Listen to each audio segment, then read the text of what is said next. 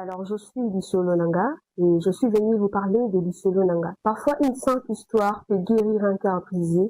Une histoire peut redonner de l'espoir à quelqu'un qui pensait que tout était fini pour lui. Bissolo Nanga, c'est le L'artiste n'a moment pas où des une limites. personne... C'est pourquoi aujourd'hui, les embouteillages, moi, j'arrive en fait à documenter les embouteillages pour montrer un autre sens des embouteillages. Bonjour à Parce que toutes et à tous, je vous espère très bien portant.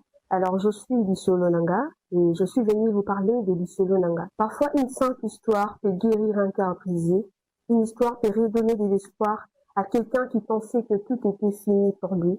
Bissolo Nanga, c'est le moment où une personne ouvre son cœur pour raconter son histoire, son parcours, ses combats, ses échecs, mais aussi ses victoires. Aujourd'hui, plusieurs jeunes se cherchent et ne savent pas par où commencer. D'autres ont abandonné parce que la vie a été dure.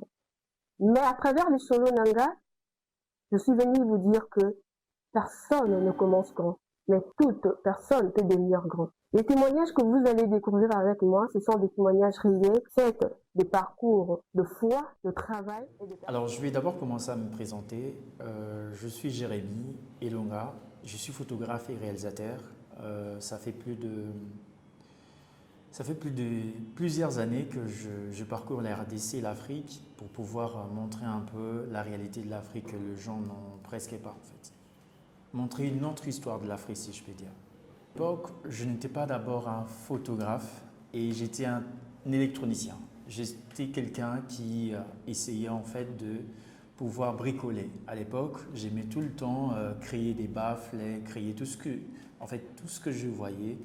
Ça me permettait à pouvoir créer quelque chose à travers ce que je vois en fait. Ça veut dire que s'il y a un baffle, s'il y a un micro, je dois comprendre qu'est-ce qui se passe, comment ça fait que ces baffles-là parlent. Et j'étais entre guillemets curieux de pouvoir en fait apprendre et savoir tout ce qui se passe à l'intérieur.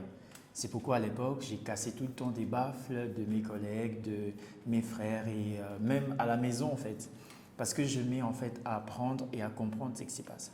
Et cette curiosité, ça m'a amené étant aussi créatif. Parce qu'à l'époque, quand j'étais en électronique et j'ai voulu tout le temps apprendre et je me suis retrouvé sur Internet à chercher des choses que j'aimais. Et comme à l'époque aussi, j'ai géré aussi un cybercafé.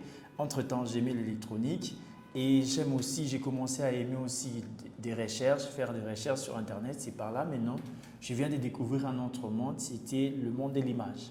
Et c'est par là maintenant, j'ai la passion à prendre un peu des photos à partir de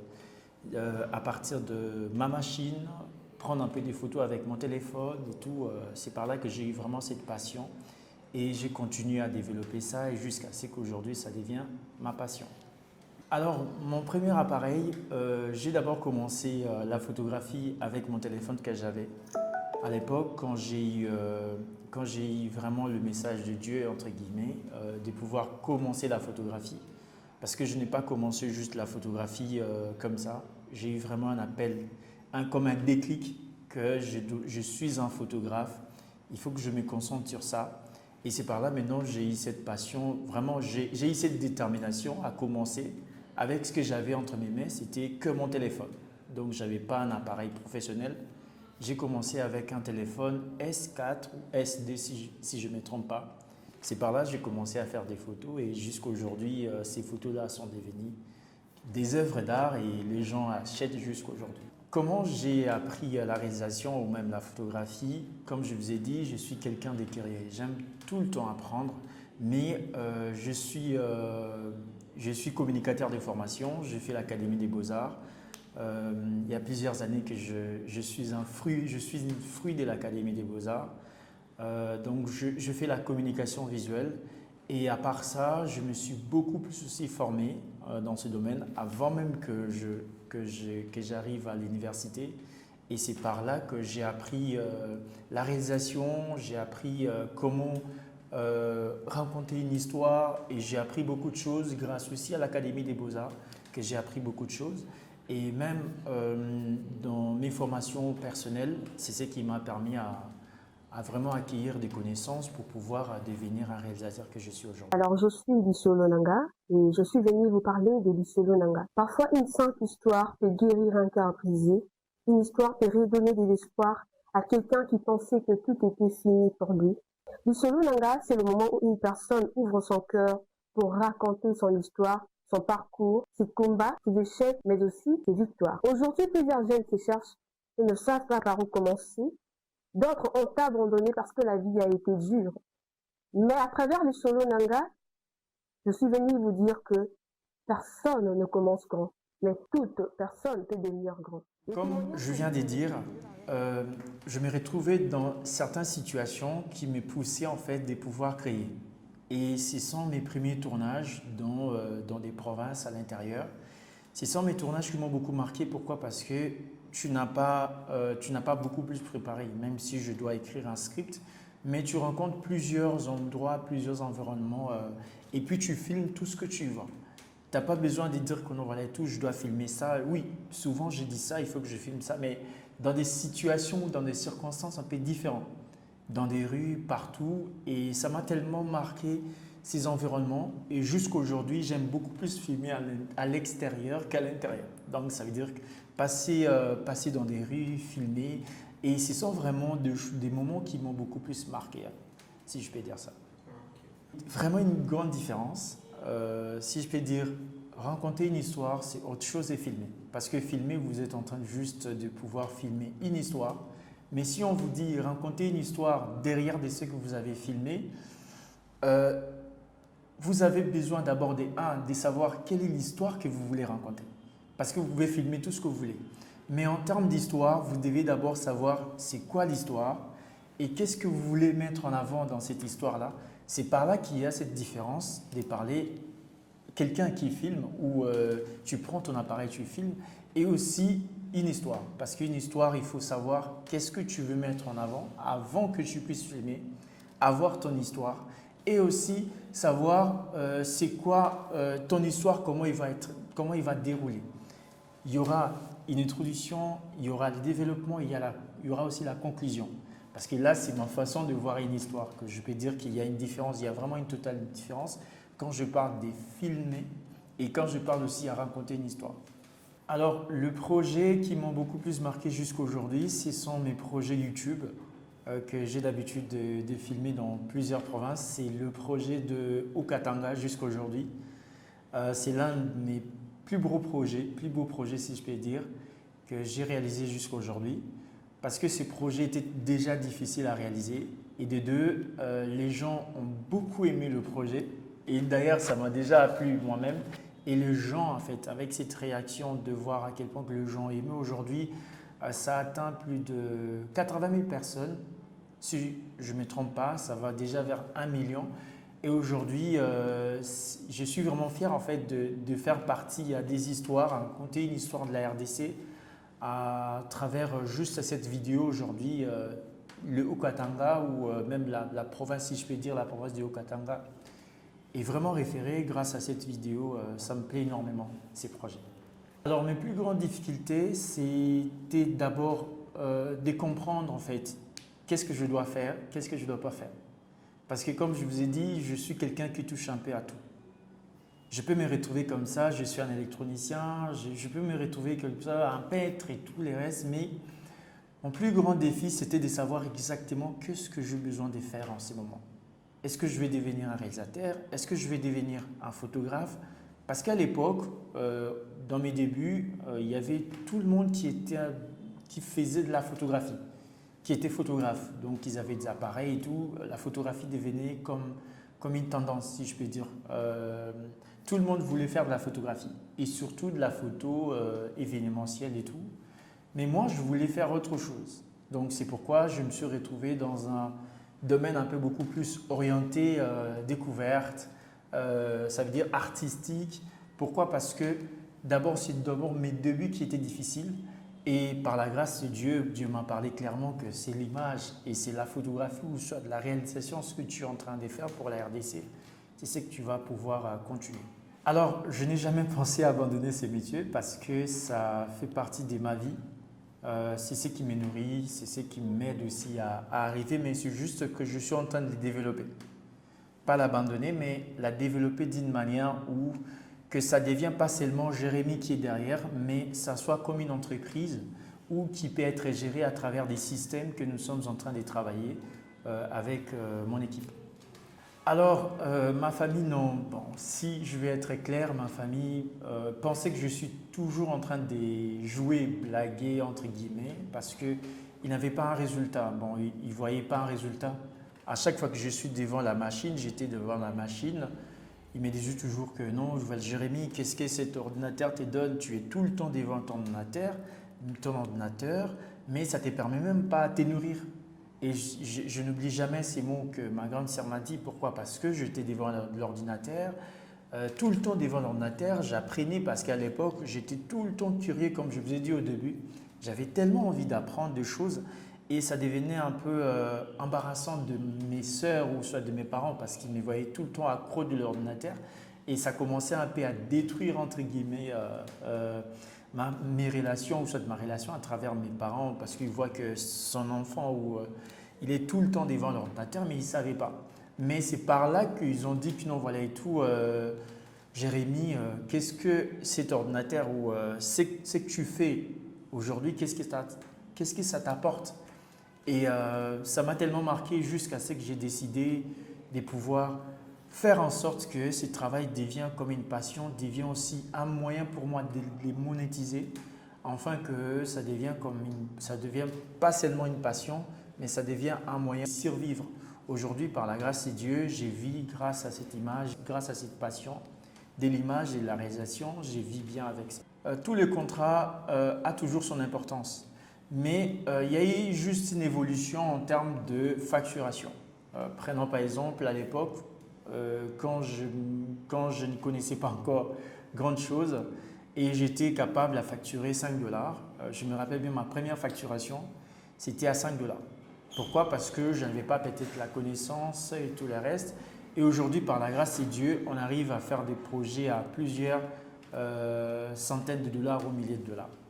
Alors, en termes de sacrifices, c'est d'abord la discipline, c'est le travail. C'est vraiment mettre la passion parce que comme je vous ai dit, moi je suis quelqu'un de passionné. Si je fais quelque chose, si j'ai besoin de faire quelque chose ou soit si je me mets sur quelque chose, j'ai envie d'apprendre et de comprendre. Et ce sont des sacrifices que je me rends compte que je fais chaque jour à pouvoir être devant l'ordinateur, apprendre des choses et à oublier aussi certaines choses que, étant que jeunes que nous sommes, nous voulons en profiter. Moi, souvent, je ne le fais pas parce que j'ai besoin de construire des grandes choses. Et il y a certaines choses, entre guillemets, que je ne participe pas. Ce sont des sacrifices pour moi.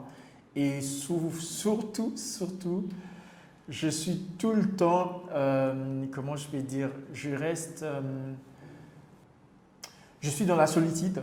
Ce sont vraiment mes sacrifices. Être dans la solitude, réfléchir, penser et surtout, ne pas abandonner. Ce sont mes sacrifices que j'ai toujours d'habitude de faire.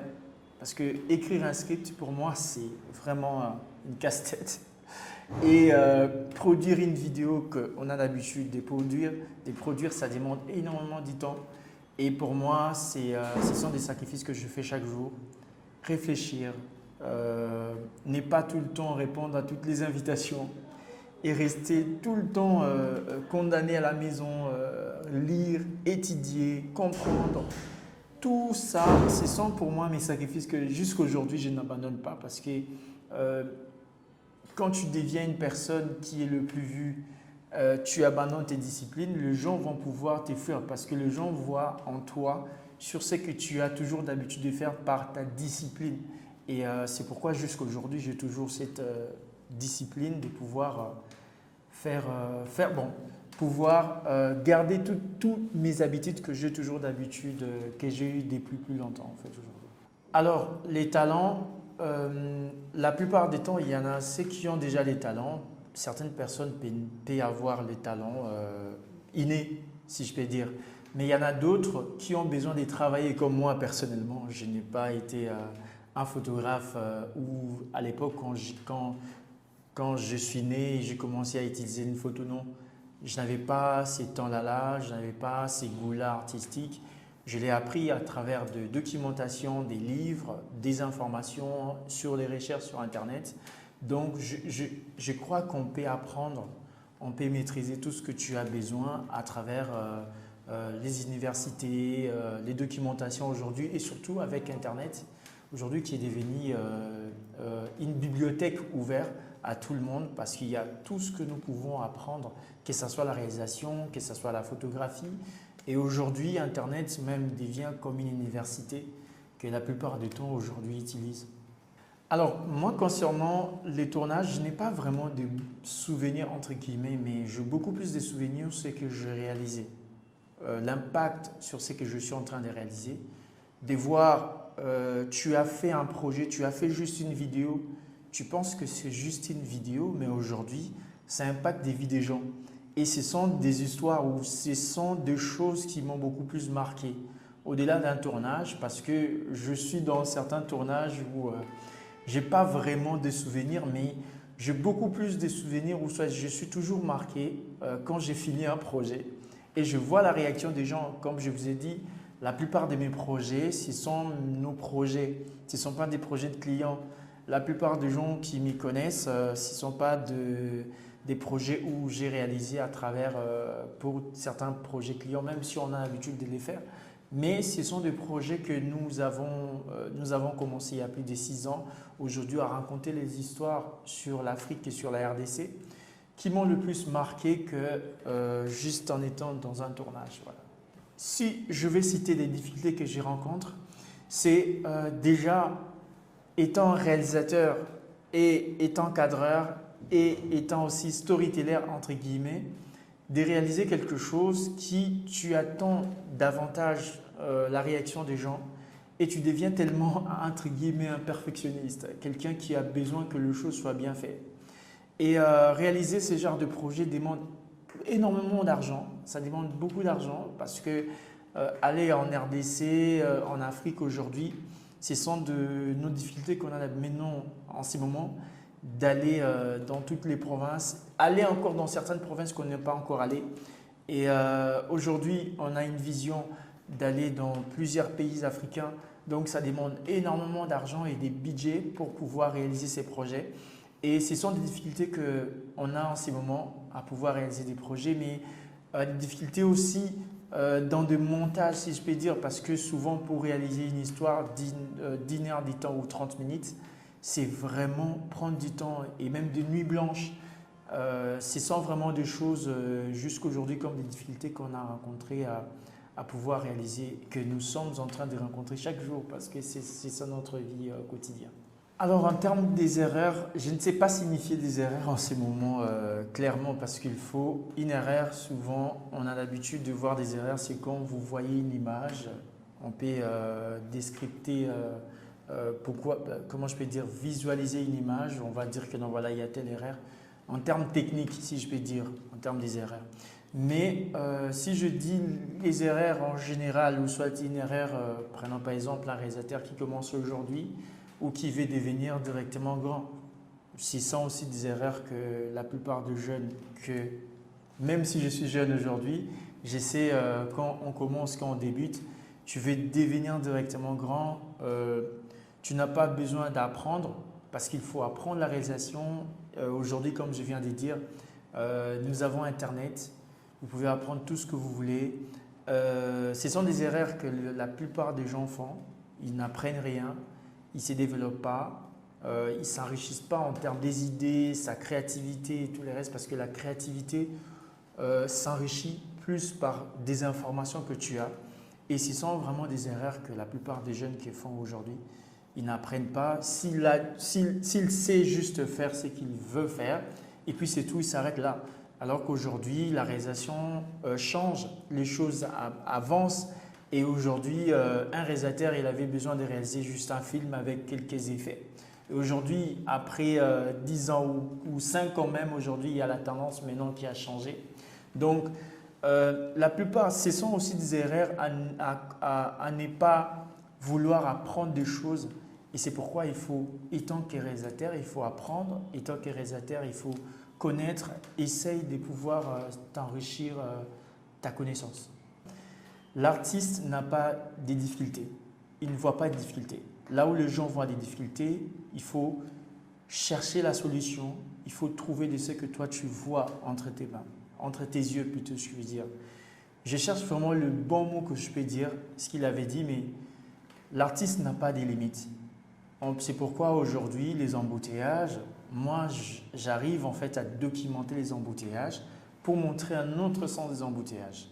Parce que les embouteillages, pour ne pas être une personne un peu qui ne pense pas qu'au problème, moi, les embouteillages, c'est aussi des obstacles. Les gens n'arrivent pas à travailler, mais moi, étant qu'artiste, j'essaye de documenter ça de ma manière pour montrer en fait un côté positif des embouteillages. Même si c'est difficile de comprendre ou difficile de voir le côté positif des embouteillages parce que ça freine le travail, ça ne permet pas des gens à être productifs, mais moi, ça me permet d'être productif, à captiver en fait ces moments-là, à captiver cet instant-là.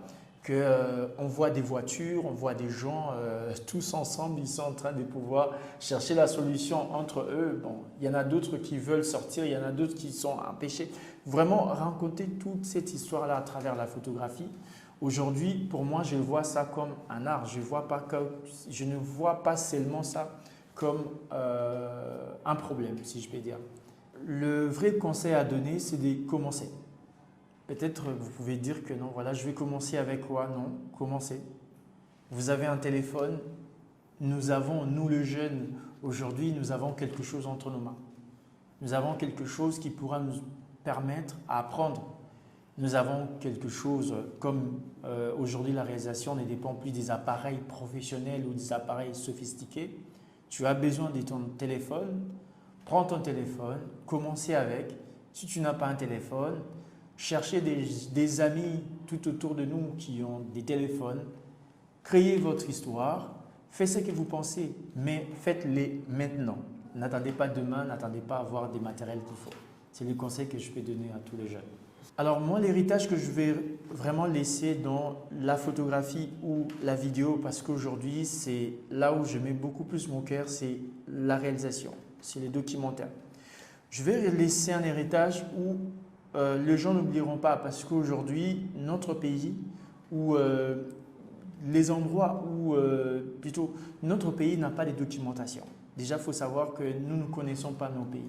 Plutôt, nous ne connaissons pas la plupart de nos pays africains, la plupart de nos provinces et des territoires. Et moi, l'héritage que je vais laisser à nos enfants, qu'on soit capable de connaître chacune ou chacun de nos territoires, de nos provinces, de nos pays africains et de nos histoires aussi, ce qu'il fait de nous, ce que nous sommes aujourd'hui, ce que nos parents ont hérité, comment ils vivaient. Ce sont l'héritage que je vais laisser, des histoires, et ceux qui viendront après nous, ils voient et ils comprennent pour qu'ils puissent développer notre pays, notre continent à travers toutes ces documentations, parce que ce qu'il fait de nous étant les difficultés que nous avons aujourd'hui parce que nous ne connaissons pas ce que nous sommes. Et c'est pourquoi moi, étant que réalisateur, étant que photographe, je documente ces moments-là, je documente ces informations-là, afin que ça devienne comme des héritages, afin que ça devienne comme un héritage à ceux qui viendront après pour connaître l'Afrique, pour connaître la RDC, pour savoir comment il peut encore davantage transformer notre continent et même notre pays. Pourquoi j'ai choisi ça? Parce que déjà, pourquoi j'ai choisi de réaliser des documentaires sur la RDC? Parce que d'après quelques recherches que j'ai faites, la RDC n'a pas des informations. Prenons par exemple, si vous êtes quinois, vous vivez à Kinshasa, si on vous dit que non, voilà et tout, il y a telle province, donnez-nous la langue de cette province, quels sont les peuples qui habitent là-bas, quels sont les savoir-vivre, les savoir-faire de cette population de telle province, la plupart des gens ne connaissent pas. Alors, moi, j'avais vraiment besoin de faire en sorte que les gens comprennent. Et même si tu es quinois, même si tu es katangais, peu importe la province où tu te trouves, à pouvoir connaître les autres provinces, les autres territoires de la RDC, afin que tu sois enrichi d'abord en termes de ta culture, de connaître ton pays, ou soit même le pays, plutôt de connaître ta province, même le pays, parce qu'on a l'habitude aussi de filmer dans certains pays, et vraiment aussi de pouvoir aller dans ces provinces-là, dans toutes ces provinces-là, pourquoi pas? Parce qu'aujourd'hui, nous sommes arrêtés qu'ici à Kinshasa. Alors nous avons d'autres provinces, nous avons d'autres possibilités à pouvoir aller visiter d'autres provinces pour pouvoir même investir et même connaître ces histoires-là. Et c'est ça, c'est ce qui m'a poussé à pouvoir me lancer dans les documentaires. Parce qu'à l'époque, je faisais beaucoup plus des photos, mais je me rendais compte que la photographie n'expliquait pas exactement ce que je voyais. Vous voyez, parce que jusqu'à aujourd'hui, ça fait j'ai voyagé dans plus de 21 ou 23 provinces que j'ai fait en ce moment. J'ai compris en fait, je voyais à quel point que la RDC est tellement grand et tellement riche que nous les plus noirs, on ne comprenait pas et même les gens des autres provinces, ils ne voyaient pas ça. C'est pourquoi moi, à travers la vidéo, je commençais à documenter ces histoires-là.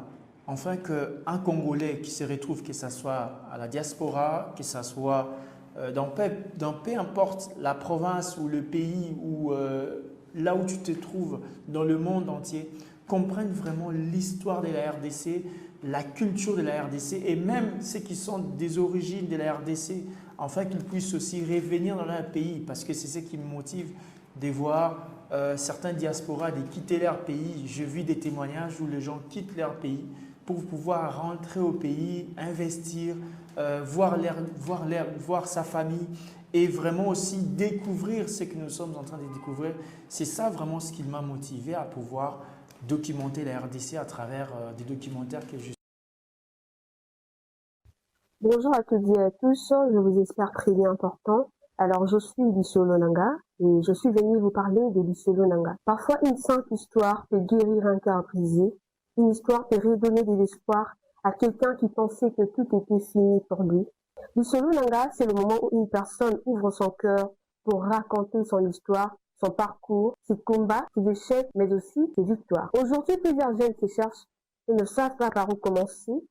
D'autres ont abandonné parce que la vie a été dure. Mais à travers Lisolo Nanga, je suis venue vous dire que personne ne commence grand, mais toute personne peut devenir grand. Les témoignages que vous allez découvrir avec moi, ce sont des témoignages réels, faits des parcours de foi, de travail et de persévérance. Et peut-être qu'en écoutant ces histoires, quelqu'un peut comprendre que son histoire est encore possible, que son rêve est encore possible et que sa vie est encore changée et que son histoire n'est pas terminée. Je suis Lisolo Nanga et toi aussi tu diras un jour que voici mon histoire et tu le partageras avec nous. N'abandonne pas. Alors surtout, n'oubliez pas de vous abonner dans notre chaîne YouTube pour ne rien rater de ces parcours inspirants. Et sur ce, pour tout contact, écrivez-nous sur le numéro qui sera affiché sur les bas de l'écran.